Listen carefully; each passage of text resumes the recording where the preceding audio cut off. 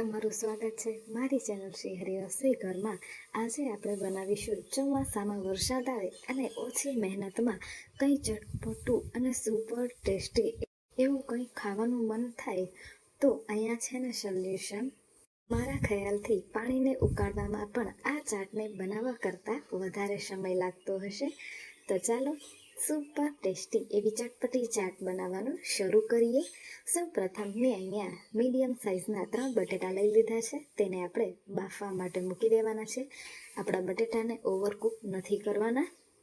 તો અહીંયા બટેટા બાફાઈ અને તૈયાર થઈ ગયા છે। હવે આપણે તેની છાલને અલગ કરી લઈશું।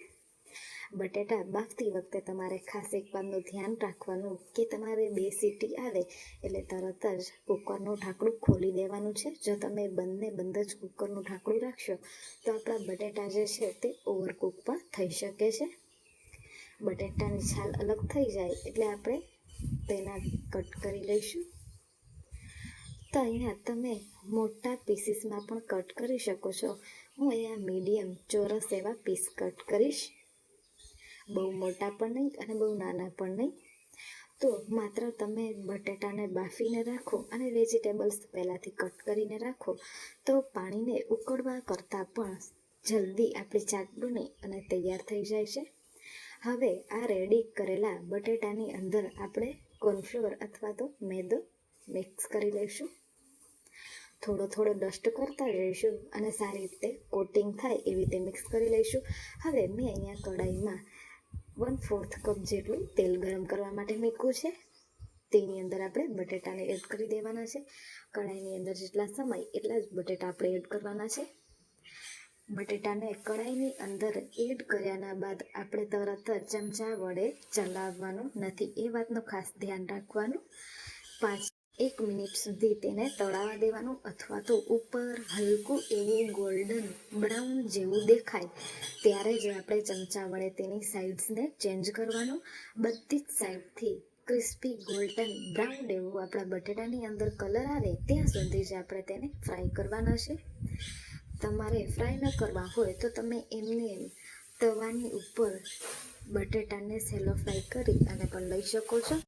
હવે આપણા બટેટા તળાઈ અને તૈયાર થઈ ગયા છે, તેને અલગ પ્લેટમાં લઈ લઈશું અને સેમ પ્રોસેસ સાથે જ બધા બટેટાને તળી અને તૈયાર કરી લઈશું।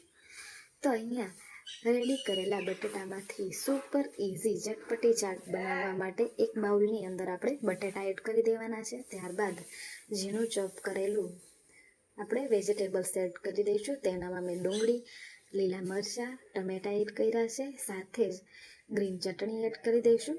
લીલું મરચું તમે તમારી તીખાસ પ્રમાણે એડ કરી શકો છો। લાલ મરચું પાવડર એડ કરી દઈશું। ત્યારબાદ આપણે ચાટ મસાલો, સ્વાદ પ્રમાણે મીઠું અને સંચર પાવડર એડ કરવાનો છે। મેં અહીંયા ટમેટો કેચઅપ એડ કરી દીધો છે અને તેની સાથે જ બધી જ વસ્તુને આપણે સારી રીતે મિક્સ કરી લેવાની છે। તો મસાલામાં આપણા બટેટા જે છે તે સારી રીતે કોટ થઈ જાય ત્યાં સુધી આપણે મિક્સ કરીશું અને ચાટને એક સર્વિંગ પ્લેટમાં સર્વ કરીશું। ઉપરથી સેવ એડ કરી દઈશું।